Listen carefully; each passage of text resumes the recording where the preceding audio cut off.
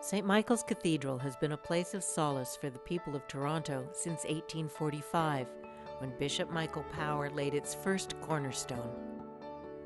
And while there has been significant work done over the years to maintain and improve the exterior, it is within these walls that the current restoration work is having a profound impact. Work that will recapture the original essence of the cathedral.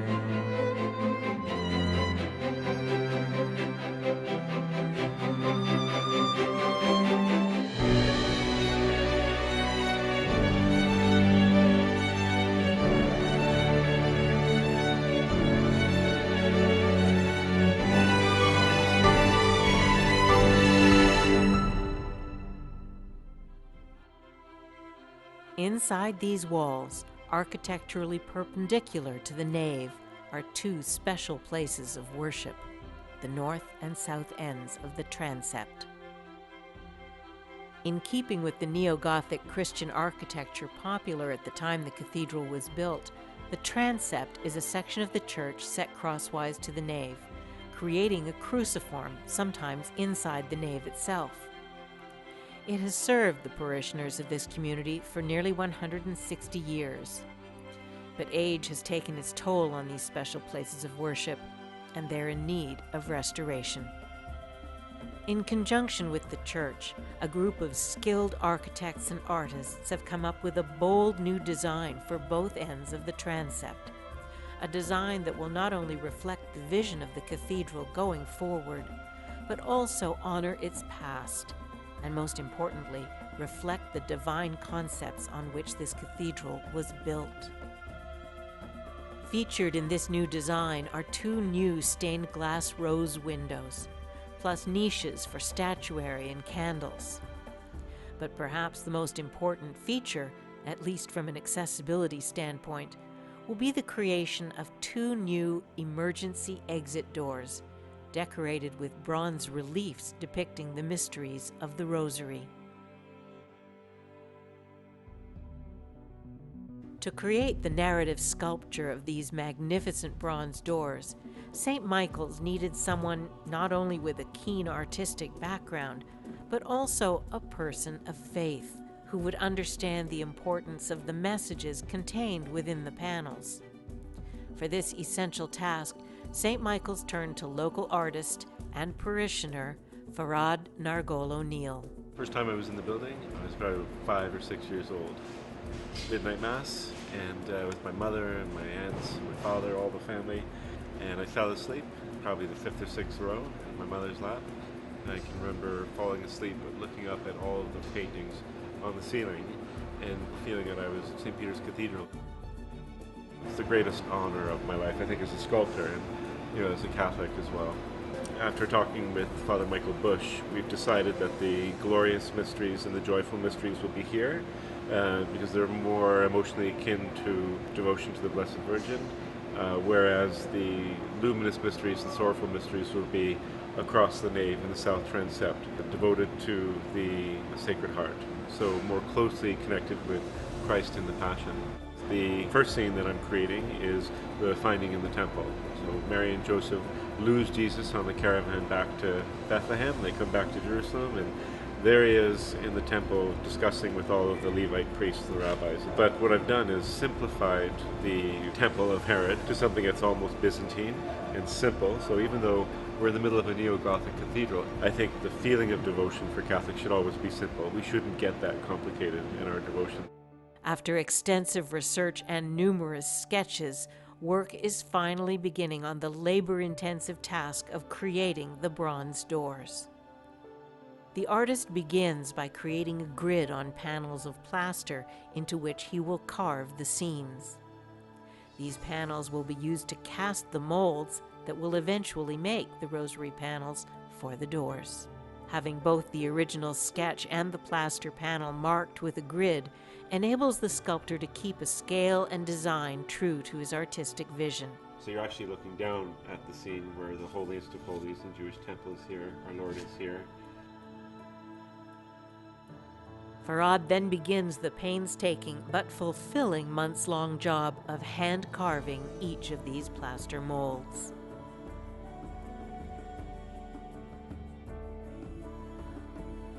I'm very fortunate. It's the fulfillment of a lifetime, and I say that with all humility. You have to sacrifice a lot, but if you have a strong faith, it helps. It always helps to believe what it is you're actually doing.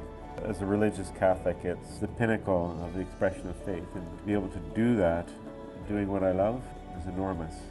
Farhad's completed plaster sculptures will each be sent away to Artcast Foundry in Georgetown, Ontario, where exact replicas of his work will be molded in wax, tweaked by Farhad, and then sent on to the next stage where they will be cast in bronze. Casting is something that's been done for an awfully long time, thousands of years old. The difference is the material. We tend to flatter ourselves that we're the pinnacle of human creation, but I've seen castings that are over 2,000 years old that are so detailed, and they were cast in metal. I mean, it's just incredible what people can do when they put their mind to it.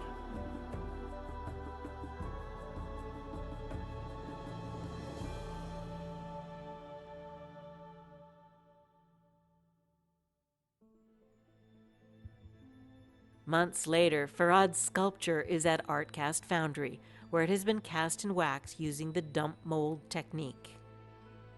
This is the mold for the first door, and this is a silicone rubber, and it's basically all keyed into the plaster. We actually pour the wax in 3 stages. So the first wax coat is about 250 degrees Fahrenheit, and we pour that in to get all the detail from the rubber from the original. So it'll get all these details up in the windows. If there's a thumbprint in there, it would take the thumbprint. Then we use the cool wax, which is about 180 degrees Fahrenheit, and that has to bond with the first coat right away, and that builds up thickness. The third coat is even cooler, and that will just end up being our final thickening coat, so that the wax will be 3/16 of an inch thick. And that's what we want for a good casting quality. Then the artist comes in and will inspect and make changes. Farhad arrives to put the final touches on his work before it's set for eternity in bronze. It's a great job, Holly. Including the addition of the separately sculpted figures that stand out from the relief panel. I'll take a look at things, and I'm also trying to think of how things are going to look from a distance, because no one's going to be seeing these close up, right? The only one thing that I was going to do is Mary's face is too flat, and all I'm going to do is bring out her nose a little bit, you know? Yeah, okay. Yeah, I think that's it, right?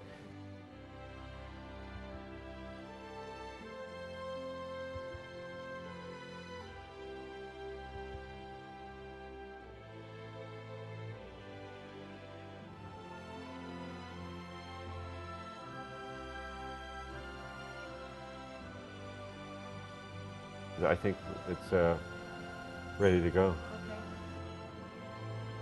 The completed wax panel mold has been dipped in liquid clay to create a negative clay replica. This clay duplicate is then filled with molten bronze and left to solidify, creating a solid bronze exact copy of Farhad's original work.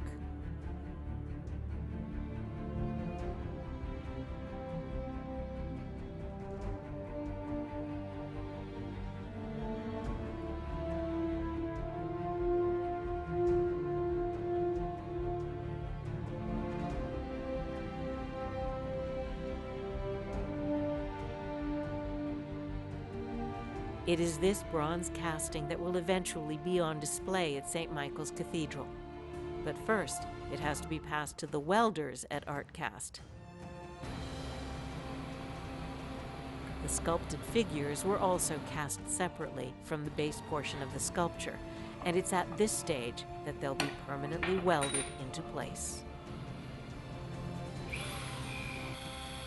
My interests don't so much lie in the art per se, but the technical challenge to reproduce it. I'm always fascinated with process and stuff and trying to control all of that. The artists, I'm amazed at their creative bent and what they come up with. My energy is spent on how to recreate that faithfully with the technologies I have. Canada is a much younger country. The classic stuff hasn't really made its way to Canada the same way it's traditionally done in Europe and things. So to do sort of a classic, spectacular work for the church that will be there for centuries to come is really kind of a rewarding experience for us. And really the first time in our 50-year history we're doing anything that extensive. Now that the figures have a permanent home within the frame, the entire piece is given over to the sandblaster, where all rough spots are sanded away, leaving a smooth, polished piece.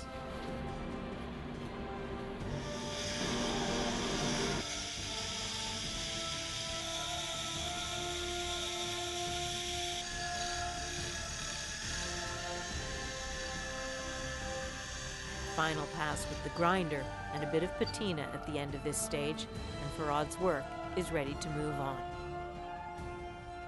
The finished bronze pieces are sent to Martina Masick for the final stage of work. She'll apply a covering of delicate gold leaf to make these original representations of the mysteries of the Rosary really stand out. So I'm going to do the whole perimeter first.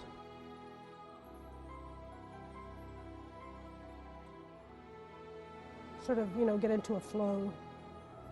You start moving like bigger pieces, and you have to use static. You can't touch it because it'll just dissolve. So you're getting absolutely static and oil from your hair on the brush.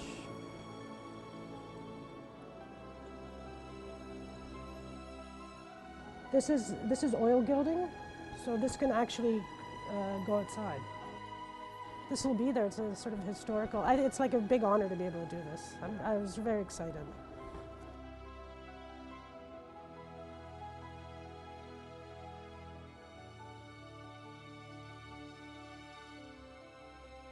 After many painstaking hours, Martina finishes gilding the first of the 20 panels.